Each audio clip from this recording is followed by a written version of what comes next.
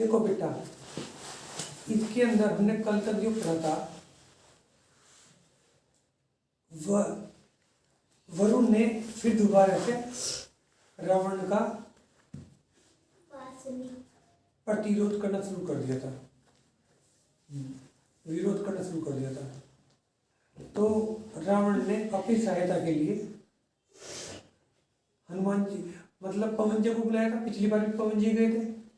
तो पवन जी जब जाने लगे, हनुमान जी ने कहा कि मेरे रहते हुए आपको जाने की जरूरत नहीं है, मैं ही चलता हूँ। तो हनुमान जी ने वहाँ पे बहुत ही पराक्रम दिखाया और वरुण के 100 पुत्रों को बंदी बना लिया। रावण ने वरुण को बंदी बना लिया। वरुण ने अपनी हार मान ली और अपनी पुत्री का विवाह रावण से कर दिया और रावण का बहुत सत्कार किया और रावण की बहुत स्तुति की। फिर रावण ने अपनी बहन की पुत्री का विवाह हनुमान जी से कर दिया और उनको बहुत ज्यादा दान दहेज दिए। उसके बाद मैं कह रहा सुग्रीव की पुत्री का भी विवाह हनुमान जी से हो गया था। यहाँ तक कल बताया था। उसके बाद राजा श्रेणी ने तीर्थंकरों का और उनके पूर्व भाव का और शलाका पुरुषों के बारे में और अधिक जानकारी चाहिए। उन्होंने निवेदन किया कि हमें शलाका पुरुषों के बारे में और तीर्थंकरों के बारे में, उनके पूर्व भाव के बारे में बताओ। तो उन्होंने ये बताया कि इस समय जो रावण का जिक्र चल रहा है वो 8वां प्रतिनारायण है। बेटा नारायण, प्रतिनारायण और बलभद्र, ये 9 होते हैं। 9 नारायण, 9 प्रतिनारायण और 9 बलभद्र। नारायण और बलभद्र एक ही पिता लेकिन अलग अलग माताओं की संतान होते हैं। पिता एक ही होता है, माताएं अलग अलग होती हैं। जैसे रामचंद्र जी के पिता दशरथ जी, ठीक है ना। लक्ष्मण जी के पिता दशरथ जी। रामचंद्र जी बलभद्र थे और लक्ष्मण नारायण थे। उनकी माताएं अलग अलग थी। ऐसे ही श्री कृष्ण जी नारायण थे और बलराम जी बलभद्र थे। पिता इन दोनों के वसुदेव थे लेकिन माताएं अलग अलग थी। ऐसे एक ही पिता के होते हैं लेकिन माताएं अलग अलग होती हैं और इनमें प्रेम बहुत ज्यादा होता है, बहुत ज्यादा प्रेम होता है इनमें आपस में।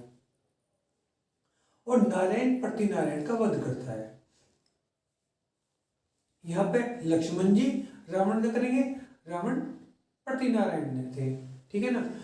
ये 8वें नारायण प्रतिनारायण। लक्ष्मण और जी और रावण भाई भाई हैं। नारायण प्रतिनारायण भाई भाई नहीं होते। नारायण और बलभद्र होते हैं भाई भाई। और नारायण प्रतिनारायण का वध करता है, ठीक है ना। ये 8वें हैं, ठीक है ना। और 9वें कौन थे? श्री कृष्ण जी, ठीक है ना। और वे लास्ट होते हैं, 9वें लास्ट होते हैं ना। यहां तक का वर्णन आ गया था, ठीक है ना। इसमें एक बात और करी इन्होंने कल काल विभाजन को रिपीट कर दिया। हमने पहले भी पढ़ा था काल विभाजन, इन्होंने रिपीट कर दिया, ठीक है ना। ये हम कल तक पढ़ चुके थे। अब जो आगे वर्णन आ रहा है, जो हमारे पहले तीर्थंकर थे कौन थे? आदिनाथ भगवान। उनसे पहले 14 कुलकर हुए थे, ठीक है ना। जब पल्ले का 8वां भाग शेष रह जाता है तब ये बताया था कि 14 कुलकर होते हैं। पहले कुलकर की जरूरत ही नहीं होती। पहले काल में, दूसरे काल में कुलकर की जरूरत ही नहीं है। क्यों नहीं है? कल्प वृक्ष हाँ, वहाँ पे कोई आपस में झगड़ा नहीं है, सब प्रेम से रहते हैं, बहुत ही शांत स्वभाव के होते हैं और किसी चीज की जरूरत नहीं, जिस चीज की जरूरत है वो मिल रही है। वो कल्प वृक्ष से मिल रही है। कुलकर क्या करते हैं? जब भोग भूमि का काल समाप्त होने लगता है तो कल्प वृक्षों की संख्या कम होने लगती है और कल्प वृक्षों की देने की क्षमता भी कम होने लगती है। धीरे धीरे काल बदल के कर्म भूमि की तरफ आने लगता है। तो लोगों की नीड बढ़ने लगती है, जो जो परंपराएं चल रही थी वे कम होने लगेगी और आगे की परंपराएं चालू होने लगेगी। जैसे पहले जो रोशनी हो रही थी कल्प वृक्षों से हो रही थी, धीरे धीरे उनकी रोशनी बंद हो रही, चंद्रमा सूर्य प्रकट होने लगे, वे घबरा के चंद्रमा सूर्य को देखकर ये चंद्रमा सूर्य क्या है। तो कुलगुरु ने कुछ बताएंगे, बताते हैं इनको ये चंद्रमा सूर्य है, अब ये कल्प वृक्षों से रोशनी नहीं होगी, अब तुम्हें इनकी रोशनी मिलेगी। अच्छा, धीरे धीरे कल्प वृक्ष खत्म होने लगे, ठीक है ना, लेकिन भूख लग रही है, कल्प वृक्ष से भोजन पूरा नहीं मिल पा रहा, तो क्या होगा, वे कृषि करना सिखाएंगे, खेती करना सिखाएंगे, ठीक है ना।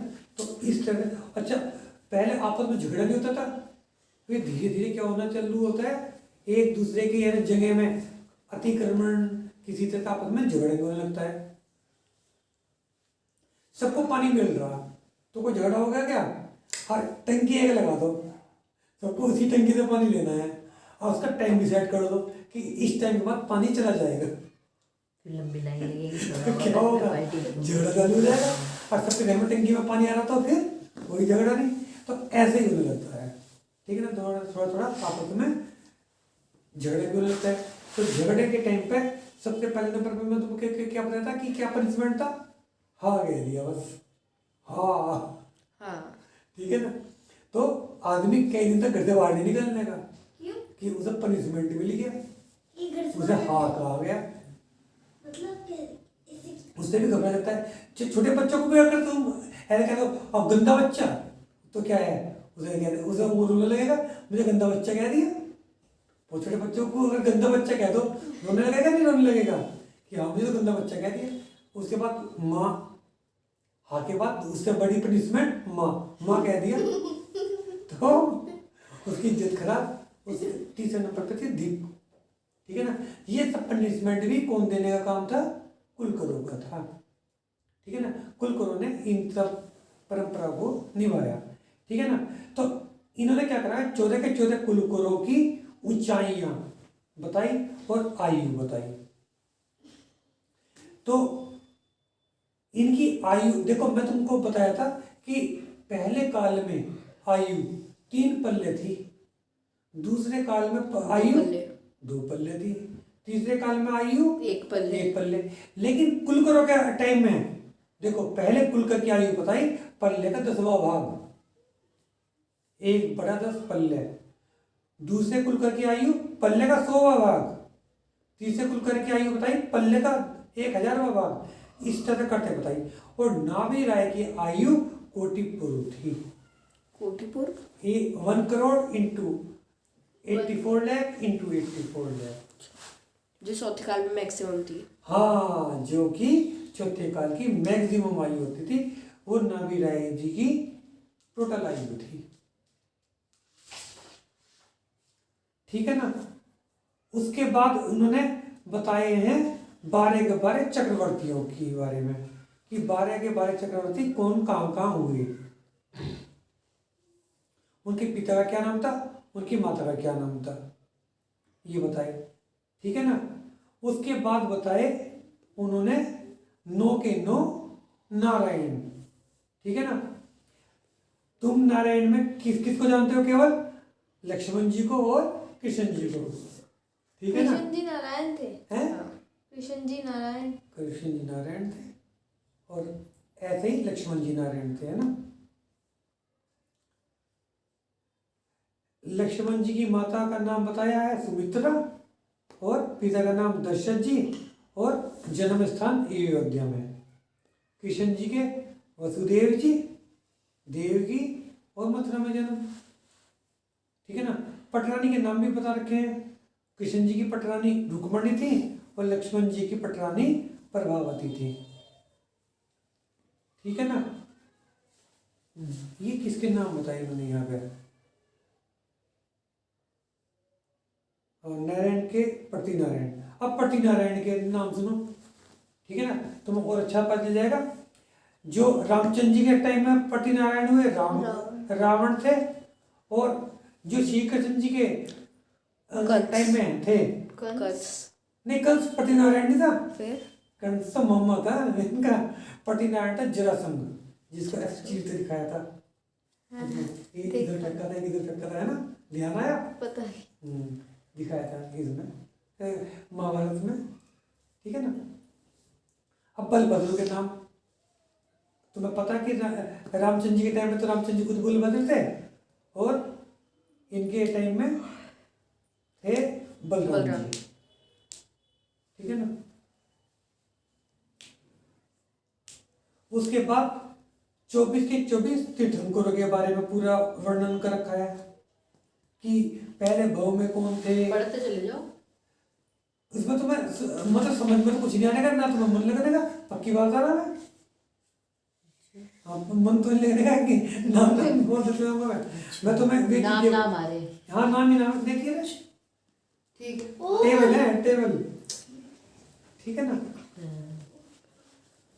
आयु बता दी और चिन्ह बता दिए, चिन्ह भी तुम्हें पता ही है। आयु बता दी। नहीं हेडिंग पढ़ते चले जाओ कि अभी इसमें। हाँ हाँ, वो वही मैं तुम्हें बता रहा हूँ, वो तो तुम्हें मैं बता रहा हूँ, ठीक है ना।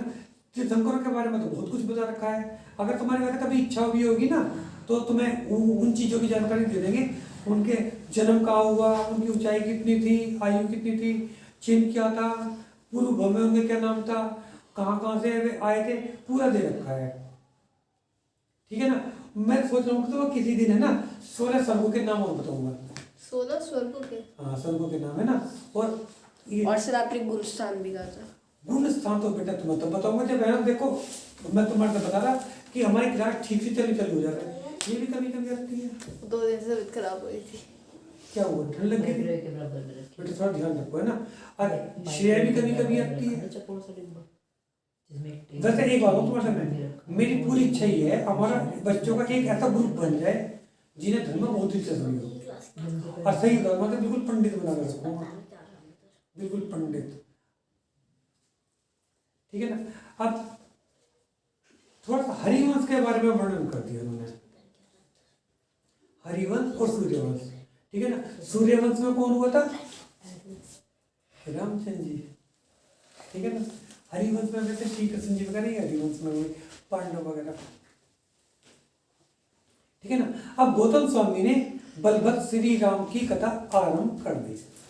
रावण का जिक्र आ चुका, हनुमान जी का जिक्र आ चुका, ठीक है ना। अब किसका वर्णन चालू किया? रामचंद्र जी का। 10वें तीर्थंकर शीतलनाथ जी जब मोक्ष चले गए, कहाँ से स्टार्टिंग करी? 10वें तीर्थंकर थे।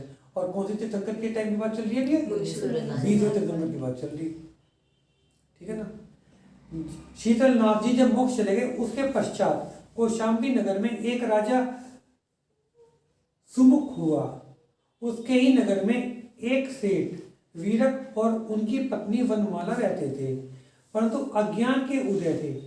राजा ने वनमाला को अपने महल में रख लिया, मतलब सेठानी को, है ना, सेठानी को अपने महल में रख लिया।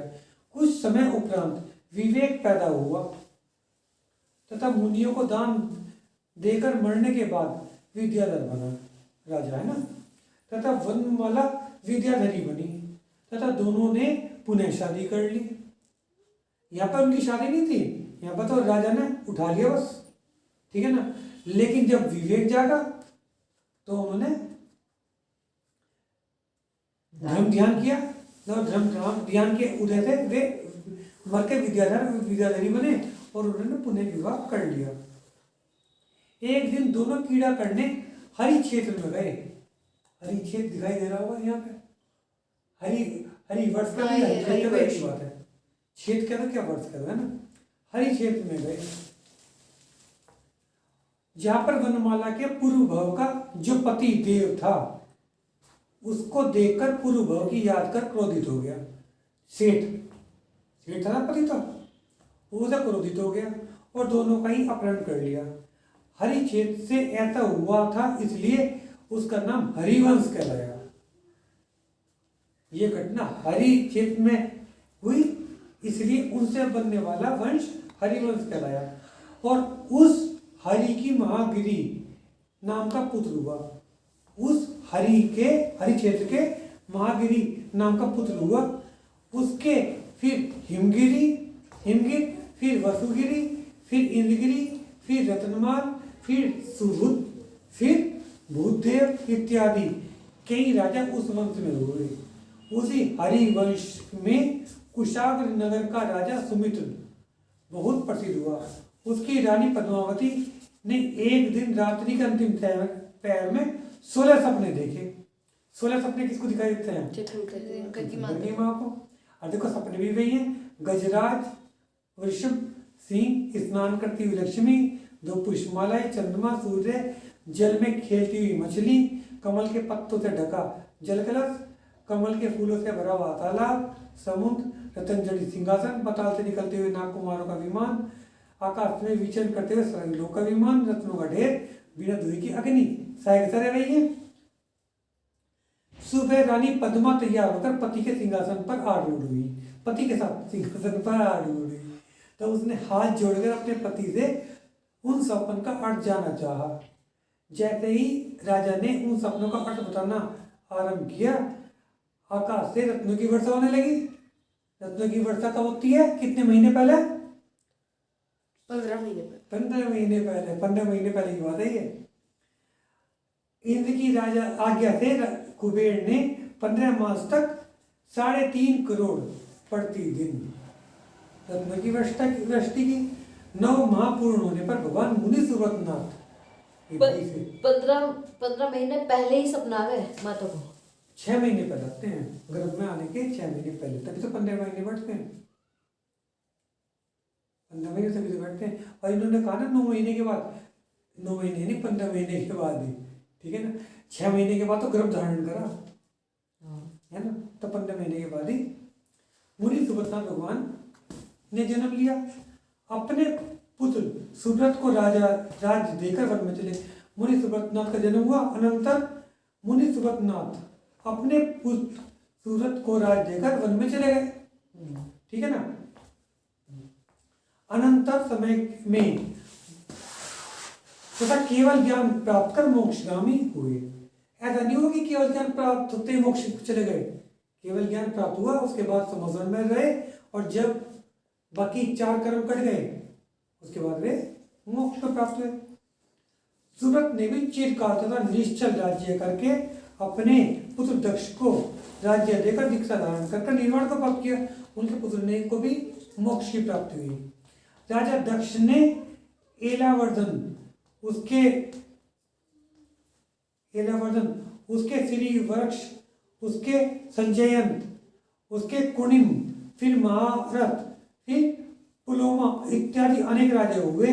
और उसी कुल में एक राजा हुए वासव केतु, उनकी रानी विपुला, जो मिथिला नगरी के अधिपति थे। मतलब उनके भी कई पीढ़ियों की बात बता रही है ना, मिथिला नगरी के अधिपति थे। उसके पुत्र का नाम जनक था, ठीक है ना। मिथिला के तो थे राजा जनक, और उनके कौन सी पुत्री होगी? सीता जी, ठीक है ना। जनक हरिवंशी जनक, अच्छा मतलब राजा जनक हरिवंश के थे ना। हरिवंशी राजा जनक जब राजा बने तो वह प्रजा का पालन उस तरह से करते थे जैसे पिता पुत्र को पालता है। इसी प्रकार देखो यहाँ पता हो गया राजा जनक के बारे में। अब बात किसके करेंगे? रामचंद्र जी के बारे में। इसी प्रकार इक्ष्वाकु वंश में ऋषभदेव के भरत से आरंभ होकर, देखो इनकी तो बताई इन्होंने कहाँ से? भगवान शीतलनाथ से स्टार्टिंग। हरिवंश की कहाँ से स्टार्टिंग बताई? भगवान शीतलनाथ से, यानी 10वें तीर्थंकर से। और इक्ष्वाकु वंश की स्टार्टिंग कहाँ से बता रहे? भरत जी से। भरत जी का पुत्र तो था सूर्य, वहां से सूर्यवंश की स्टार्टिंग हुई थी, ठीक है ना। इसी प्रकार इक्ष्वाकु वंश में ऋषभदेव आदिनाथ भगवान है ना के भरत से आरंभ करके मुनि सुव्रतनाथ तक असंख्य राजा हुए, ठीक है ना। क्योंकि 1 कोटि पूर्व का आधे कोटि पूर्व में तो अजितनाथ भगवान हो गए थे, इतना लंबा टाइम तो नहीं बीत गया था। यथा योग्य कर्मों के अनुसार पाप पुण्य भोग कर स्वर्ग या नरकगामी हुए। अयोध्या नगरी में विजय नाम का राजा हुआ। अयोध्या में, है ना, जहाँ पे राजा दशरथ हुए थे। महाशूरवीर प्रतापी राजा के पालन में प्रवीण तथा सारे शत्रुओं को जीतने वाला उस राजा के हेमचूर्णी नाम की रानी से सुरेंद्र नाम का पुत्र हुआ। फिर उससे कीर्ति संभा नाम की रानी से 2 पुत्र हुए। व्रजभाऊ तथा पुरंदर दोनों भाई पृथ्वी पर सुखपूर्वक राज्य करते थे। हस्तिनापुर के राजा इंद्रवाहन तथा रानी चूड़ामणि की अति सुंदर पुत्री मनोदया का विवाह वज्रबाहु से हुआ। एक बार मनोदया का भाई उदय सुंदर बहन को लेने के लिए आया। वज्रबाहु मनोदया से अत्यधिक प्रेम करते थे, इसलिए वह भी साथ ही ससुराल के लिए चल दिए। बसंत ऋतु थी। रास्ते में बसंतगिरी पर्वत पड़ा। जैसे जैसे पर्वत के निकटता होती गई, कुमार वज्रबाहु को उसे देखकर बढ़ती जा रही थी। पुष्पों से उड़ती हुई सुगंध ने कुमार को मानो मंदमस्त कर दिया। सुंदर खुशबू सी आ रही थी पहाड़ों पर से। तरह तरह के पेड़ पौधे मनोहर छटा देखते हुए कुमार की निगाह ध्यान में मग्न मुनिराज पर पड़ी। कायो सर धारण किए हुए मुनिराज एक स्तंभ की भांति पर्वतशिला के समान अविचलित खड़े थे। कुमार उन्हें को देखता ही रह गया। जब वह उनके निकट पहुंचा तो उसे और भी आश्चर्य हुआ। उसने देखा कि मुनिराज के शरीर को वृक्ष का ठूठ समझकर हिरण अपना शरीर रगड़ रहे हैं, पर महायोगीश्वर नग्न अवस्था में कायोसर ध्यान में स्थिर खड़े हैं। ऐसे मुनि को देखकर कुमार के भाव जागृत हुए कि धन्य है यह महामुनि जो शांत भाव से समस्त परिग्रह को तजकर मोक्ष की अभिलाषा लेकर ध्यान में खड़े हैं। इनका निर्वाण काल निकट ही है। 5 इंद्रियां इनके पूर्ण वश में हैं। मनुष्य देह पाने का फल तो इन्होंने ही पाया है। यह विषय कसायों से भ्रमित नहीं हो सके, जबकि मैं पापी कर्म रूपी बंधनों से बंधा असावधान अचेत ही रहा। धिक्कार है मुझे। मैं अगर भोग स्वरूपी पर्वत के शिखर पर सोता रहूंगा तो निश्चित रूप से मैं वहां से ही गिर जाऊंगा। यह सोचते सोचते कुमार की दृष्टि एकदम थम सी गई। उन्हें इस प्रकार निश्चल देखकर साले ने कटाक्ष किया। क्या बात है, मुनि की तरफ बड़े निश्चल होकर देख रहे हो? क्या दिगंबरी दीक्षा लेने का विचार हो गया है? तथा साला हंसकर बोला कि अगर तुम दीक्षा ले लोगे तो मैं भी दीक्षा ले लूंगा। जीजा जी साले की ये बात हो रही थी, परंतु इस दीक्षा से आपको ही परेशानी होगी। तो वज्रबाहु ने कहा, यह जीवन तो ऐसे भी परेशानी का कारण है। तथा अपने सारे वस्त्र आभूषण उतारकर हाथी से उतर गए। तब उनकी पत्नी मनोदया बिलक बिलक के रोने लगी। उनका साला उदय सुंदर भी रोने लगा। हे देव, यह तो सब हंसी की बात थी, आप ये क्या करने जा रहे हैं? तब वज्रबाहु ने अति मधुर शब्दों में सांत्वना दी। हे कल्याण रूप, मेरे ऊपर तुम्हारे समान उपकार किसी ने भी नहीं किया। मैं तो अज्ञान कूप में पड़ा हुआ था, तुमने ही मुझे बचा लिया। इन 3 लोगों से में तुमसे अच्छा मेरा कोई मित्र नहीं है। हे उदय सुंदर, जिसने जन्म लिया है वह निश्चित रूप से मृत्यु को प्राप्त भी होगा। यह क्षणभंगुर संसार जहाँ जीव का आना जाना लगा है और हट के समान चलता ही रहेगा।